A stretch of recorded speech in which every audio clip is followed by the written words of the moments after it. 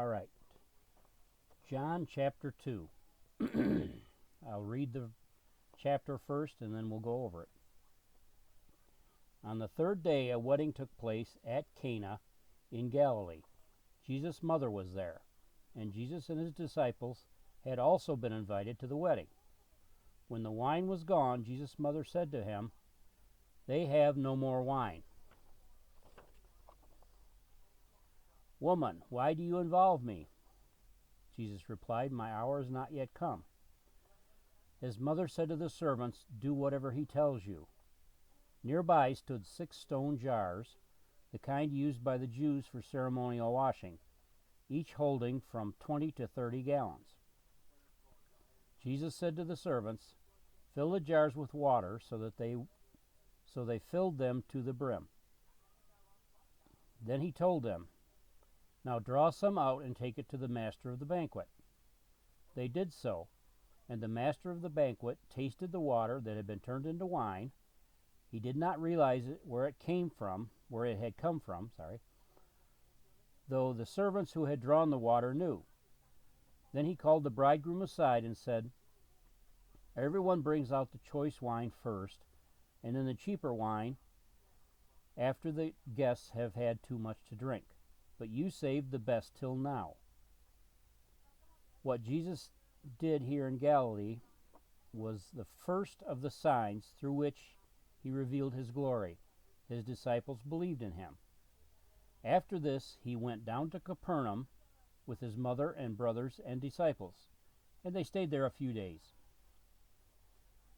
When it was almost time for the Jewish Passover, Jesus went up to Jerusalem. In the temple courts, he found people selling cattle, sheep, and doves, and others sitting at tables exchanging money. So he made a whip out of cords and drove all from the temple courts, both sheep and cattle. He scattered the coins of the money changers and overturned their tables. To those who sold doves, he said, "Get these out of here. Stop turning my Father's house into a market." His disciples remembered that it was written, "Zeal for your house will consume me." The Jews then responded to him, "What sign can you show us to prove your authority to do all this?" Jesus answered them, "Destroy this temple, and I will raise it again in 3 days."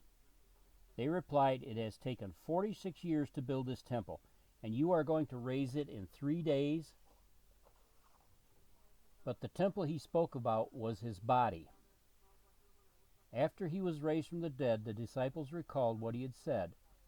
Then they believed the scripture and the words Jesus had spoken.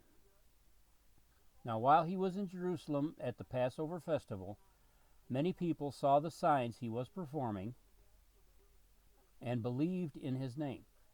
But Jesus would not entrust himself to them, for he knew all people. He did not need any testimony about mankind, for he knew what was in each person. All right. So let's go over this. Okay, so we start out. Okay, on the third day, a wedding took place in Cana in Galilee. Now, in the Jewish tradition, weddings were a really big deal. And they sometimes lasted 7 days. Can you imagine going to a wedding for 7 days? Okay. Jesus' mother was there, and Jesus and his disciples had also been invited to the wedding. Okay. Weddings were a really big deal then, and everybody in the town or in the area was pretty much always invited to the wedding. So it was a real big thing. That's why it's in the area of Galilee where Jesus was raised, and his mother was there, and his siblings, and this would have been really important for everybody to be there. So that's why they were invited. Okay. When the wine was gone, Jesus' mother said to him, "They have no more wine." Now, the question might be, why would Jesus' mom be concerned about the wine? Well, a lot of the commentators believe that it was probably a good friend or a relative um, of theirs that was getting married. So Mary would have been asked to help with doing the arrangements. So apparently she was in charge of the wine. Jesus said, "Woman, why do you involve me?" Jesus replied, "My hour has not yet come."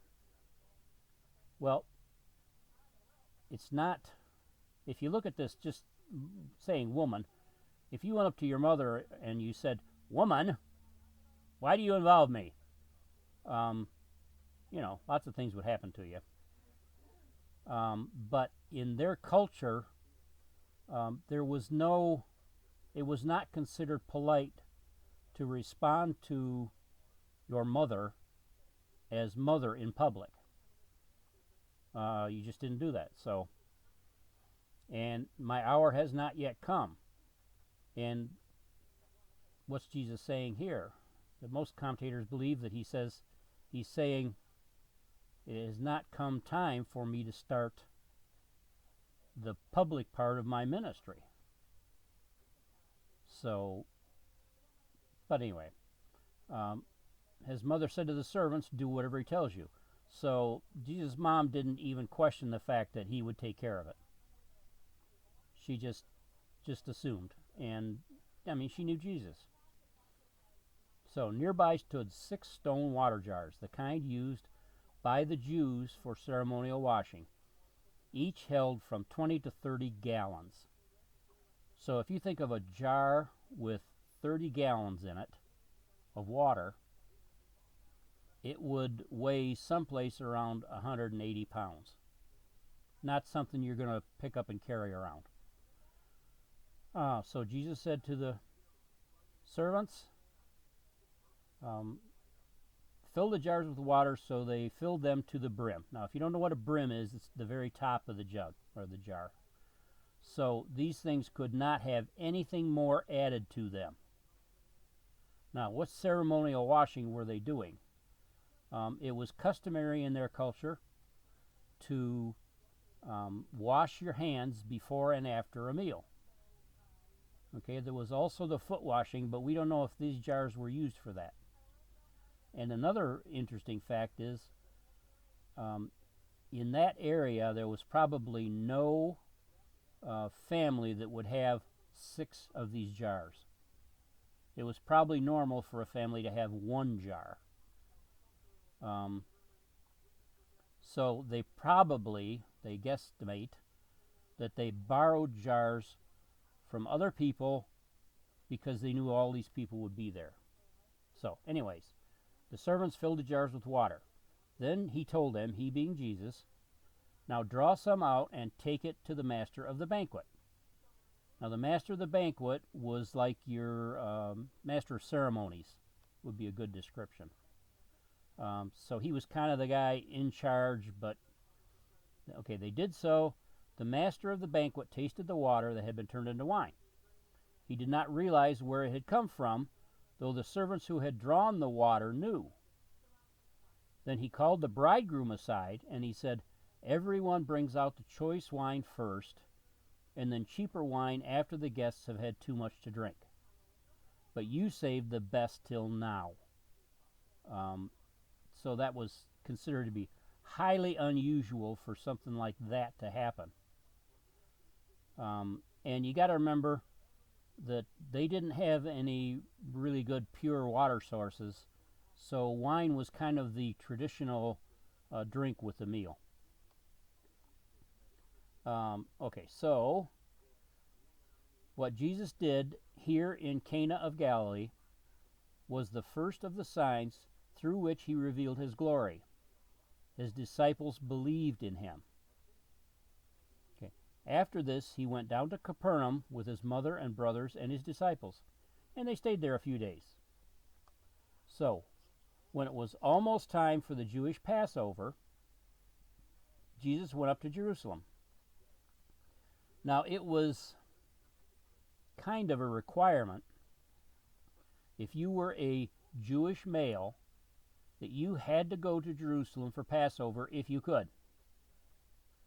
It was just considered, usually the whole family went, but it was only required for the male of the household. So, in the temple courts, he found people selling cattle, sheep, doves, and others sitting at tables exchanging money. So he made a whip out of cords and drove all from the temple courts, both sheep and cattle. He scattered the coins of the money changers and overturned their tables. To those who sold doves, he said, "Get these out of here. Stop turning my Father's house into a market." His disciples remembered it was written, "Zeal for your house shall consume me," or will consume me. All right, so one of the things about Passover was that you were supposed to bring a sacrifice, be it a cow, in most cases a bull, a sheep, or if you couldn't afford that, then doves. Now they had a rule that whatever animal you brought in for the sacrifice had to be perfect. It could not have any blemishes or any spots or anything like that. It had to be perfect. So, and a lot of these people, remember, they traveled a long distance to get there. So if you were bringing a cow, you'd have to lead the cow the whole way. And same thing with sheep. And it would be a long, and hard journey bringing livestock with you. So, these vendors, if you want to call them that, decide that, well, we'll set up a deal where people can buy a perfect lamb or whatever to sacrifice right here. Okay, so a lot of people, of course, would find that very convenient, but, they kind of got greedy. And pretty soon they started, I remember reading places where they said that they would look at the lamb you brought and say, "No, there's a spot right here. You can't use this lamb." And they'd say, "Well, tell you what, we'll buy this lamb from you and we'll sell you a perfect lamb." So, and of course their prices were, way high. And they do the same thing with the cattle and with the doves. Okay, so then we get to the point where, what are these guys sitting at tables exchanging money? Well, there was a temple tax. Every male had to pay a temple tax once a year. So, but the rule was you had to use the money that was the temple money, the Jewish money. You could not use Roman money. You could not use, like if you came from a different country, like if you came from Egypt for Passover, you could not use their currency. You had to use the temple approved currency. So these guys set up these booths where they would say, "Okay, how much you got? Your temple tax is so much, and I'll take your Roman money, but you got to give me, twice the value."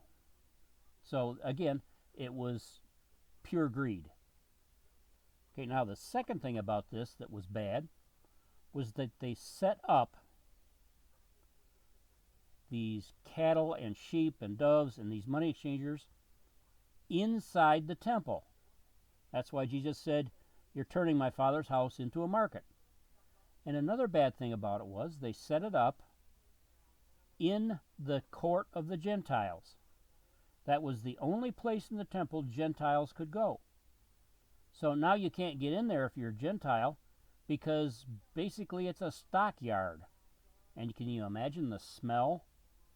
All those cattle and sheep and doves.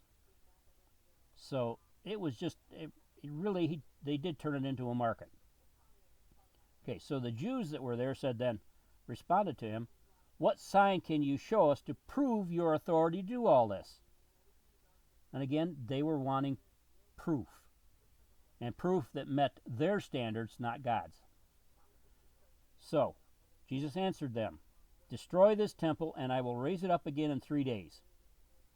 They replied, "It has taken 46 years to build this temple, and you're going to raise it in 3 days?" But the temple he spoke about was his body. So the Jewish people were looking at the temple as the whole of their religion. That was the building.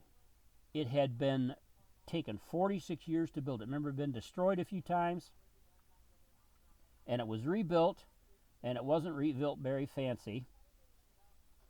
And then King Herod came in and remodeled and expanded it and all that kind of stuff. But remember, they didn't even really like King Herod. But it took them 46 years to get the work done. Again, after he was talking about his body, they were talking about the building. After he was raised from the dead, that's Jesus, his disciples recalled that he said, and then they believed the scripture and the words that Jesus had spoken. Now, while he was in Jerusalem at the Passover festival, many people saw the signs he was performing and believed his name. But Jesus would not entrust himself to them, for he knew all people. In other words, Jesus knew what these people were really thinking. And they were looking for the miracles, the signs. John calls them signs. Okay? That's all they were concerned about, was looking at the physical signs. Okay? And then Jesus says in verse 25, he did not need any testimony about mankind, for he knew what was in each person. Jesus knew what these people were really like and what they were really wanting. And it wasn't really the spiritual thing until they became saved. But right now they were just looking for miracles, and that's all. They were looking for the Messiah who would, kick the Romans completely out of the area and make them the leaders that they used to be. So, that's the chapter. And until next chapter, I will see you later.